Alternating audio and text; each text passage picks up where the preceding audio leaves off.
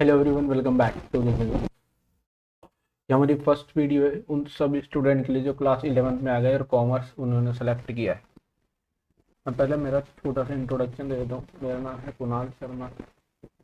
5 साल से मैं अकाउंटिंग पढ़ा रहा हूँ, अकाउंटेंसी में पढ़ा रहा हूँ। ठीक है, अकाउंटेंसी अकाउंटिंग सेम ही है। सबसे बढ़िया सब्जेक्ट है, प्रैक्टिकल सब्जेक्ट है। थोड़ा सा ही इसमें आपको दिमाग लगाने की कुछ जरूरत है और स्कोरिंग सब्जेक्ट होने वाला है। ठीक है। आने वाली वीडियोस में मतलब इसी में मैं आपको बताऊंगा अकाउंटिंग क्या होती है, कौन कौन से चैप्टर है जो आपको मोस्ट इम्पोर्टेंट है, पढ़ने ही चाहिए। ठीक है। सिलेबस क्या होने वाला है आपका, और कैसे कैसे हम चलने वाले हैं। ठीक है, मैं आपको बता देता हूँ आपकी जानकारी के लिए। सारा सिलेबस क्लास 11 का यहीं पे इस ही चैनल पे हम कवर करेंगे, वीडियो कवर करेंगे, डीके कोई बुक से कवर करने वाले हैं, जो आपके लिए बहुत ज़्यादा ज़रूरी है। इस चैनल पे कवर की जाएगी। रिक्वेस्ट यही की है, चैनल को सब्सक्राइब जरूर से रखना। ठीक है। देखिए, जो आपने क्लास 10 तक पढ़ा तो क्लास 11 की जो बात है इंग्लिश में आता है। एस एस टी साइंस नहीं है, कॉमर्स है। कॉमर्स का सबसे इम्पोर्टेंट सब्जेक्ट आपके लिए स्कोरिंग सब्जेक्ट है अकाउंटेंसी, जिसको शॉर्ट में ACC बोलते हैं। ठीक है। इसमें नंबर का ही खेल है, जैसे आप मैथमेटिक्स में करते थे, लेकिन ये मैथमेटिक्स से इजी है। इसमें आप आराम से स्कोर कर सकते हो 100 आउट ऑफ 100। लॉजिक है, उस लॉजिक को आप समझिए। अकाउंटेंसी में थोड़ी बहुत थ्योरी है, 20-30% समझिए और 100 आउट ऑफ 100 आराम से लेके जाइए। अकाउंटेंसी में एक बात यह है कि इसमें स्टेप मार्किंग आपको देखने को मिलेगी। ठीक है, स्टेप मार्किंग देखने को मिलेगी। मतलब मान लीजिए कोई क्वेश्चन है जो 3 नंबर का है, तो वो क्वेश्चन 3 नंबर का है तो वो 3 या 4 स्टेज में डिवाइड है। अब मान लीजिए आपको पूरा क्वेश्चन नहीं आ रहा है, आप 3 स्टेप कर देते हो तो 3 स्टेप के हिसाब से आपको नंबर मिलने वाले हैं। 2 स्टेप कर दोगे तो 2 स्टेप के हिसाब से आपको नंबर मिलने वाले हैं।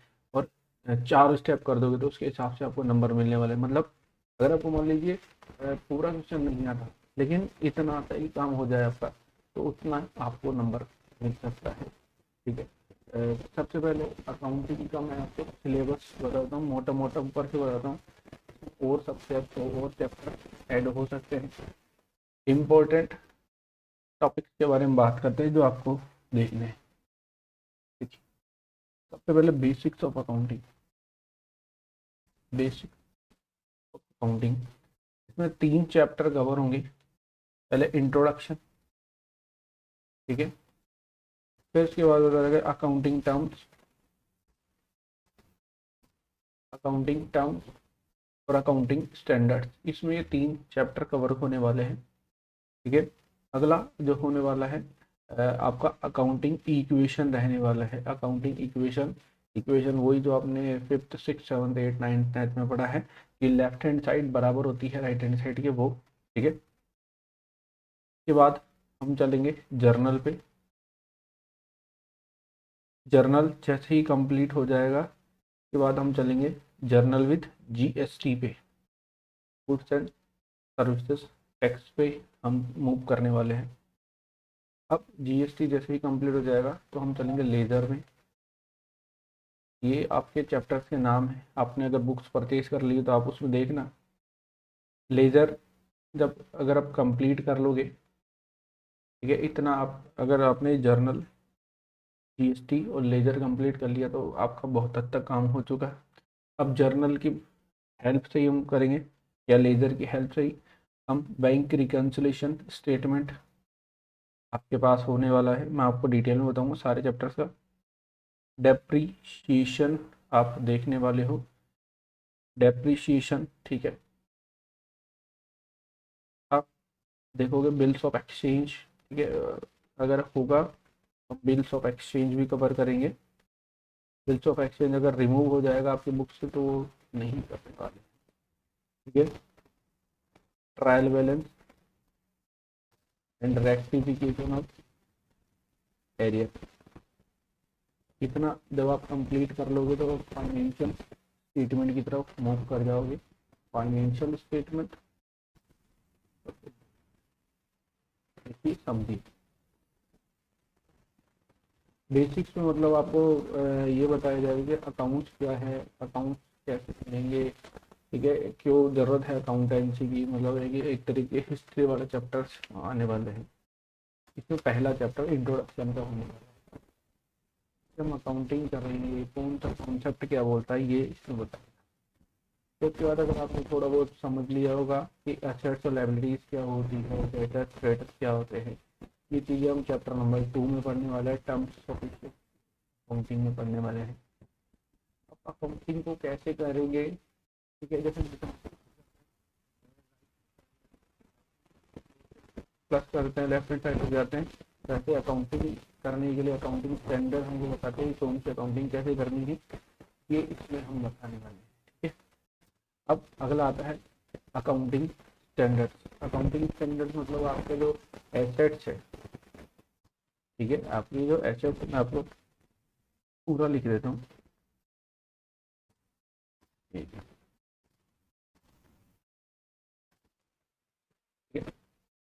ये बोलता है कि ये जो आपकी एसेट्स है, एसेट्स है हमेशा आपके बराबर रहनी चाहिए लाइबिलिटीज के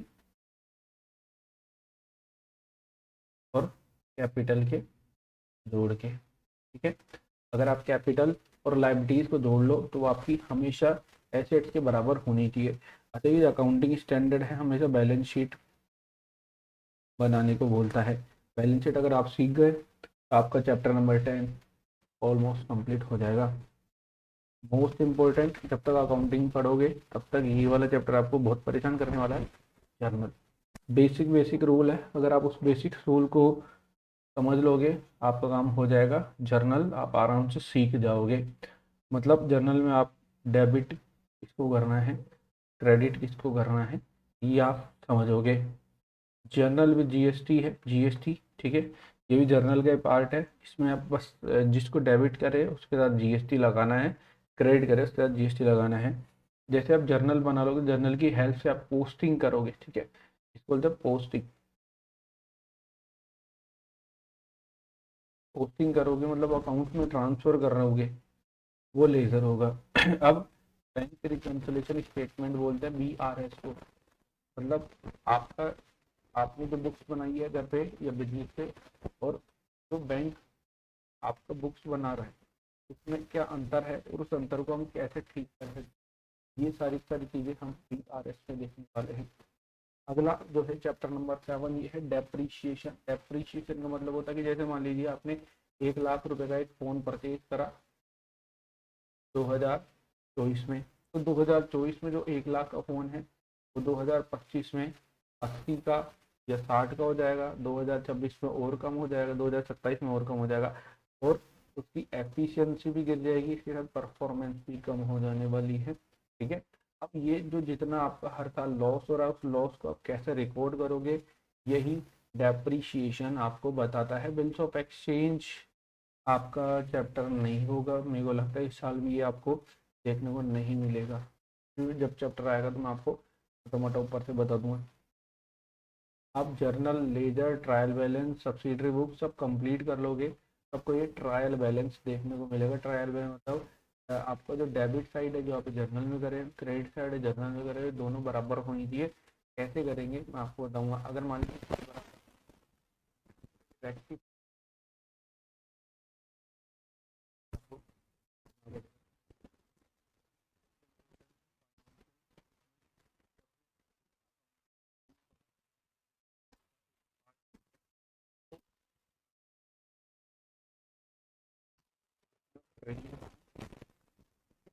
प्रॉफिट एंड लॉस बैलेंस,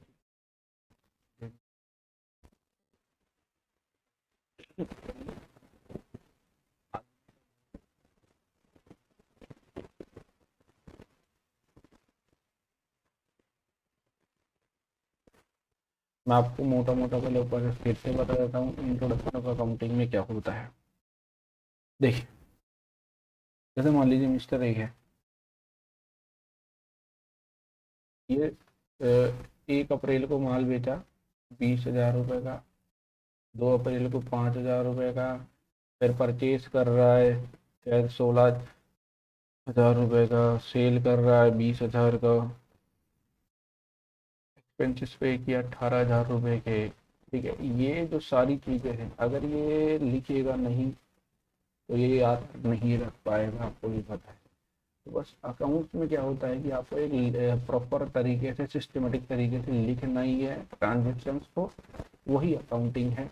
अब आप लिख लोगे तो क्या पता चलेगा। देखो मैं आपको बताऊँ, एक अकाउंटिंग ईयर होता है, अकाउंटिंग ईयर, अकाउंटिंग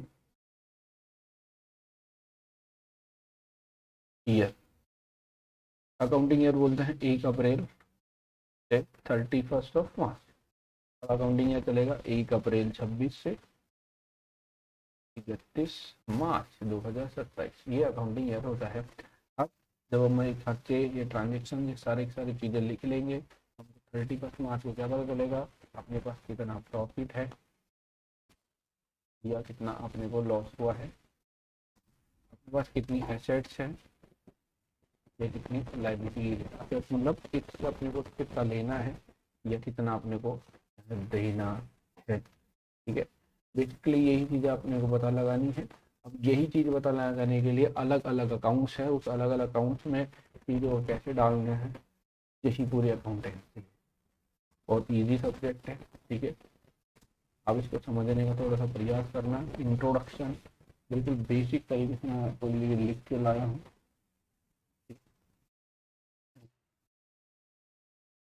अकाउंटेंसी में क्या है, एक बिजनेसमैन ये जानना चाहता है कि इसके पास कितना प्रॉफिट, ठीक है,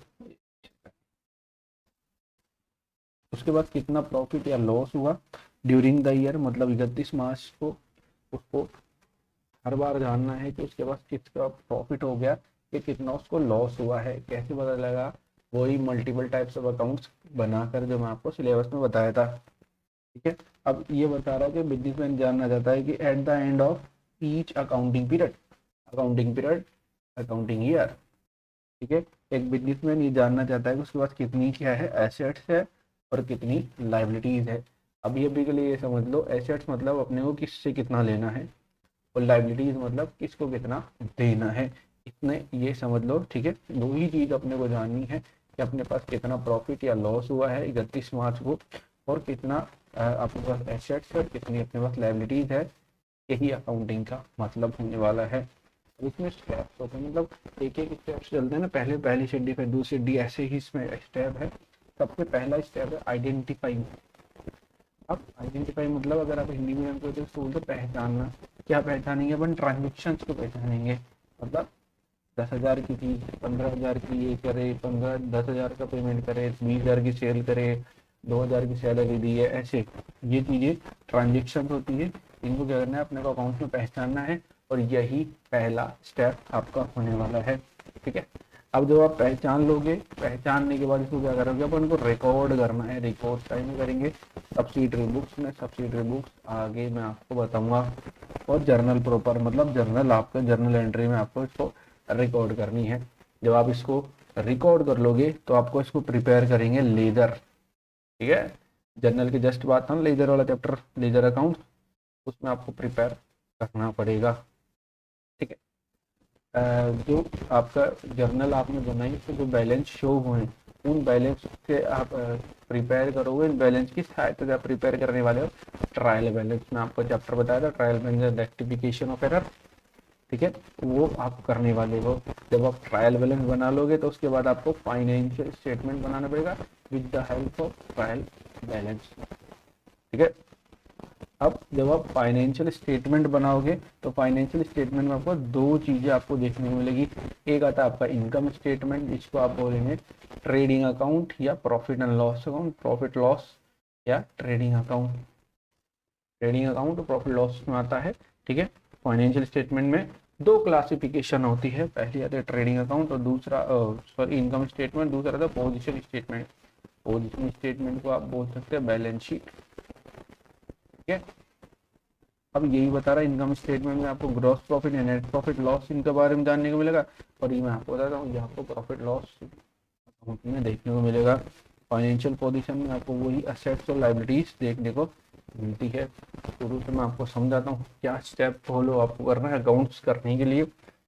सबसे पहले आपको पहचानना पड़ेगा ट्रांजेक्शन्स को, ठीक है। ट्रांजेक्शन्स पहचानना पड़ेगा। ट्रांजेक्शन मतलब वही पैसे वाले ट्रांजेक्शन्स, 10,000 की चीज़, 15,000 की अमाउंट, 20,000 की सैलरी, 10,000 का खर्चा, ये ट्रांजेक्शन आपको पहचानना पड़ेगा और आपको इसको लिखना पड़ेगा। ट्रांजेक्शन लिखना पड़ेगा मतलब रिकॉर्ड करना पड़ेगा।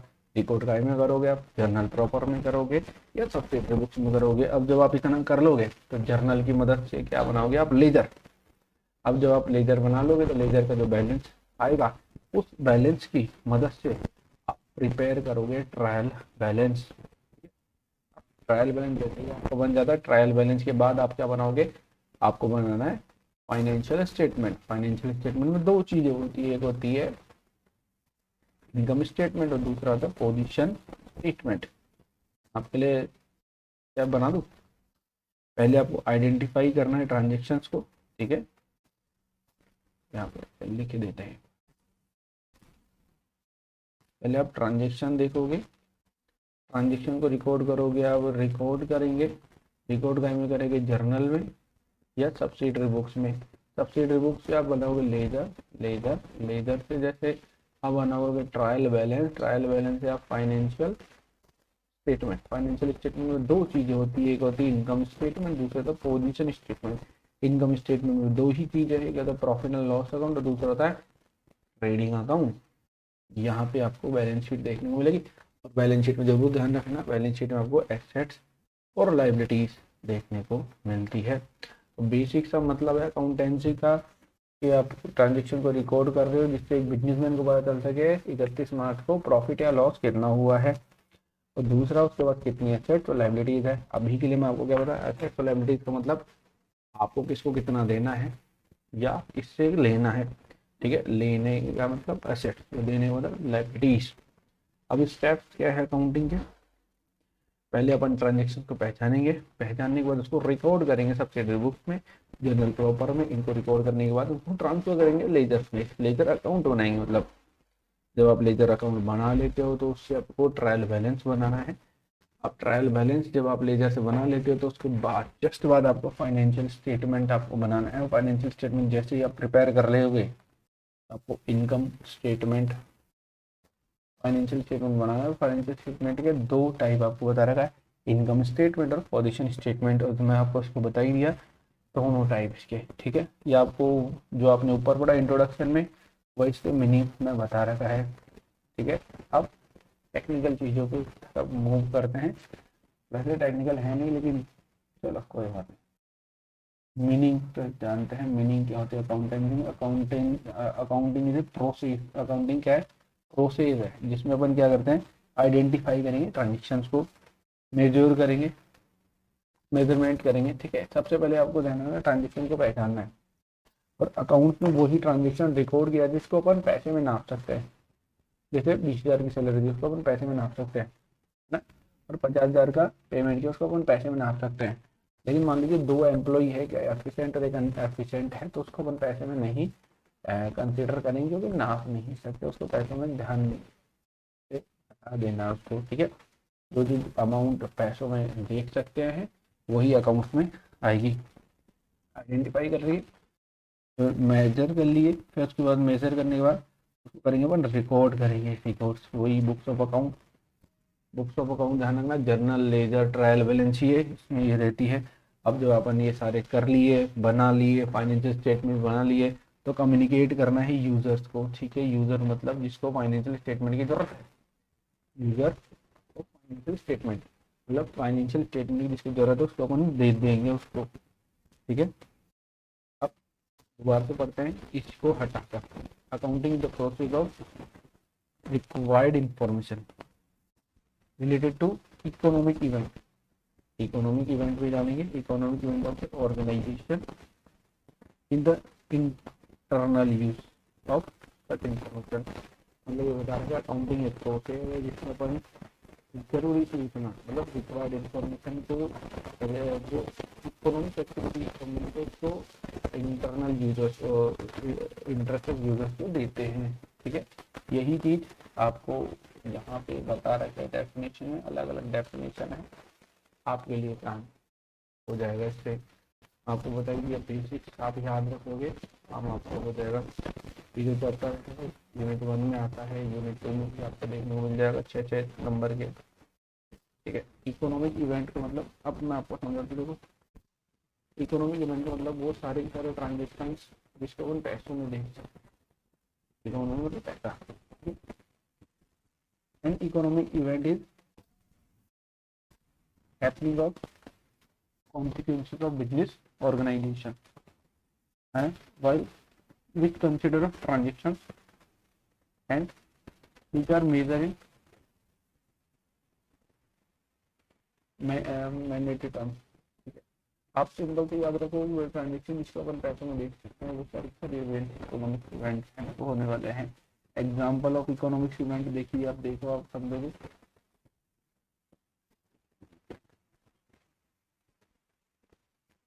Purchase of machine, machine purchase करोगे लगेगा। Installation, keeping ready for manufacturing, ये भी। ठीक है, अब क्या याद रखोगे, इकोनॉमिक इवेंट वो सारे इवेंट हैं जिसमें आपको पैसों में देखना पड़ेगा, वो सारी चीजें इकोनॉमिक इवेंट होने वाले हैं। ट्रांजेक्शन देख लीजिए, बाइंग मशीन, ट्रांसपोर्टेशन है, site preparation of instalment, furniture income on installation और ये। इसके अलावा भी आप देख सकते हो और भी ट्रांजेक्शन के पैसे में होगा वो इकोनॉमिक इवेंट होने वाला है। The accounting identifying bunch of transaction related to economic event. ठीक है, वही ऐसा वाला ट्रांजेक्शन जैसे मान लो अपन मशीन परचेज करने गए तो वो क्या होगा, आपका इकोनॉमिक इवेंट रहने वाला है। एक्सटर्नल इवेंट, दो टाइप के इवेंट आपको देखने मिलेंगे, एक्सटर्नल इवेंट और एक होता है इंटरनल इवेंट। मैं आपको पहले समझाता हूँ दोनों क्या होता है। मान लीजिए ये ऑर्गेनाइजेशन है, ये बाहर का कोई आदमी है, ठीक है, ये है मांगने वाला, आपसे पैसे मांगने वाला, क्रेडिटर्स बोलते हैं। ठीक है, और ये है मिस्टर, ये है, ये आपका है एम्प्लॉई। ठीक है, अब कोई भी ट्रांजेक्शन जो ऑर्गेनाइजेशन और मिस्टर ए मतलब ऑर्गेनाइजेशन और बाहर वाले आदमी के बीच में होगा वो एक्सटर्नल इवेंट होने वाला है। ठीक है, और कोई भी ट्रांजेक्शन जो ऑर्गेनाइजेशन और एम्प्लॉय के बीच में होगा वो इंटरनल इवेंट होगा। ठीक है, वापस से समझिए, कोई भी ट्रांजेक्शन जो ऑर्गेनाइजेशन और ऑर्गेनाइजेशन के बाहर वाले व्यक्ति के साथ हो रहा है, बीच में हो रहा है, वो एक्सटर्नल इवेंट। ऑर्गेनाइजेशन और उसके एम्प्लॉय के बीच में हो रहा है वो इंटरनल इवेंट आपको देखने को मिलने वाला है। ठीक है, आप समझ चुके होंगे एक्सटर्नल और इंटरनल इवेंट। देखिए, if an event involved transactions between outsider मतलब मिस्टर बी एंड ऑर्गेनाइजेशन, अगर कोई भी ट्रांजेक्शन जिसमें एक आउटसाइडर है और एक ऑर्गेनाइजेशन है, मतलब आपका मिस्टर ज़्यादा ही गहरा हो गया, क्या आपके पास कोई और ये है मिस्टर बी, ये है ऑर्गेनाइजेशन, तो इनके बीच में जो ट्रांजेक्शन होगा वो एक्सटर्नल इवेंट होने वाला है। ठीक है, the following are the example of such external such transaction। Sale of machine, तो कस्टमर अगर आप किसी के बाहर वाले व्यक्ति को बेचोगे तो वो भी आपका एक्सटर्नल इवेंट है, क्योंकि इसमें एक ऑर्गेनाइजेशन और एक बाहर वाला पर्सन होने वाला है। ठीक है, रेंडरिंग सर्विस, तो customer purchase of material from supplier और पेमेंट ऑफ मंथली रेंट, ये आपका होने वाला है। इंटरनल इवेंट क्या होगा, इंटरनल इवेंट में आपको बता ही दिया पहले कि इंटरनल इवेंट में ऑर्गेनाइजेशन होगा और मिस्टर ए जो ऑर्गेनाइजेशन का एम्प्लॉई है। ठीक है, देखिए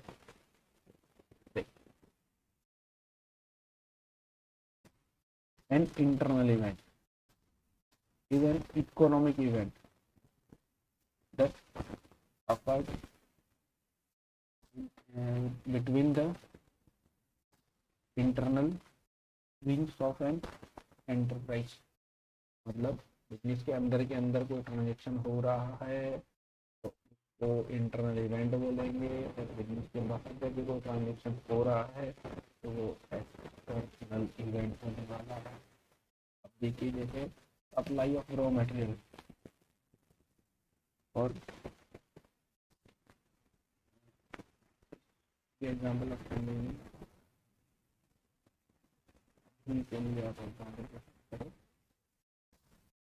लेकिन मान लीजिए इंटरनल इवेंट को वहाँ से वापस कर रहा हूँ। जैसे मान लीजिए आप बनाते हो शर्ट, शर्ट बनाते हो तो शर्ट में क्या करोगे, पहला जो डिपार्टमेंट रहने वाला है वो कच्चा माल परचेज करता है, मतलब धागा, तो रुई परचेज करता है, यान से बनता है थ्रेड, थ्रेड से बनता है शर्ट। ठीक है, तो यहाँ से यहाँ पे जाएगा ये चीज़ और यहाँ से यहाँ पे जाएगा। तो ऑर्गेनाइजेशन के अंदर जो ट्रांजेक्शन्स हो रहे हैं इन ट्रांजेक्शन्स को बोलेंगे इंटरनल इवेंट। ठीक है, और ऑर्गेनाइजेशन के बाहर से जो ट्रांजेक्शन हुए होंगे वो एक्सटर्नल इवेंट, आपको पता ही चल गया है। ठीक है, इसी तक है आज की क्लास। कल हम फीचर्स ऑफ अकाउंटिंग देखेंगे। वापस से मैं आपको समझा देता हूँ अकाउंट का मतलब क्या है। कि भैया आपको एक बिजनेसमैन है जिसको 31 मार्च को मतलब अकाउंटिंग ईयर को पता लगाना है कि कितना प्रॉफिट या लॉस हुआ है या फिर असेट्स लायबिलिटीज कितनी है। में आपने क्या देखा भैया, आपको ट्रांजेक्शन को पहचानना है। ठीक है, जिससे आप उसको रिपोर्ट कर देंगे सबसे बुक्स या जर्नल प्रॉपर में। अब बुक्स क्या है, इससे क्या करोगे आप, लेजर बनाओगे, लेजर से बैलेंस से आप बनाने वाले हो ट्रायल बैलेंस। ट्रायल बैलेंस जैसे अब बन जाएगा उससे आपको फाइनेंशियल स्टेटमेंट बनाना। फाइनेंशियल स्टेटमेंट दो चीज़ों को इंक्लूड करता है, कंसिडर करता है। पहला आता है आपका इनकम स्टेटमेंट और दूसरा पोजीशन स्टेटमेंट। इनकम स्टेटमेंट मतलब आपको बोला trial profit loss trading account, तो वो बैलेंस शीट होने वाला है। वही इसके मीनिंग आपको बता ही दिया। एक प्रोसेस है जिसमें जरूरी सूचना मतलब रिक्वायर्ड इंफॉर्मेशन को जो इकोनॉमिक एक्टिविटी से रिलेटेड है उसको इंटरस्टेट यूजर्स को अपन देते हैं। यूजर्स आपको बाद में बताऊंगा। ठीक है, फिर उसके बाद अपन देखा इवेंट्स क्या होते हैं। इकोनॉमिक इवेंट मतलब वो पैसे के सारे ट्रांजेक्शन जो पैसे में हो रहा है वो इकोनॉमिक इवेंट होने वाला है। जैसे आप मशीन परचेज कर रहे हो, मशीन को घर पे फैक्ट्री तक ला रहे हो, वो खर्चा, मशीन को इंस्टॉल कर रहे हो, इंस्टॉलेशन के लिए फाउंडेशन बना रहे हो, सारे खर्चे वो सारे इकोनॉमिक इवेंट रहता है। अब इसी में एक्सटर्नल इवेंट और इंटरनल इवेंट आता है। मैं आपको बता दिया कि वही सारे ट्रांजेक्शन जो ऑर्गेनाइजेशन और मिस्टर बी के बीच में रहे, मिस्टर बी मतलब बाहर वाला व्यक्ति, उसके बीच में हो रहा है, तो वो सारे ट्रांजेक्शन एक्सटर्नल इवेंट है। और वो सारे ट्रांजेक्शन जो ऑर्गेनाइजेशन और मिस्टर ए क्या है आपका एम्प्लॉय है उसके बीच में हो रहे, वो इंटरनल इवेंट होने वाले हैं। आगे वाली क्लास में हम देखेंगे फीचर्स ऑफ अकाउंटिंग। आपको यहाँ तक हमारी वीडियोस पसंद आए तो वीडियो को लाइक ठोक के जरूर जाना, चैनल पर है वो सब्सक्राइब करना। सारी क्लास 11th की वीडियोस आपको इस चैनल पर देखने को मिल जाएगी जो आपके 2027 एग्जाम के लिए ज़रूरी है। धीरे धीरे हम DK को इंट्रोड्यूस करेंगे आपके लिए। आपसे हम मिलते अगली वीडियो में। Bye bye.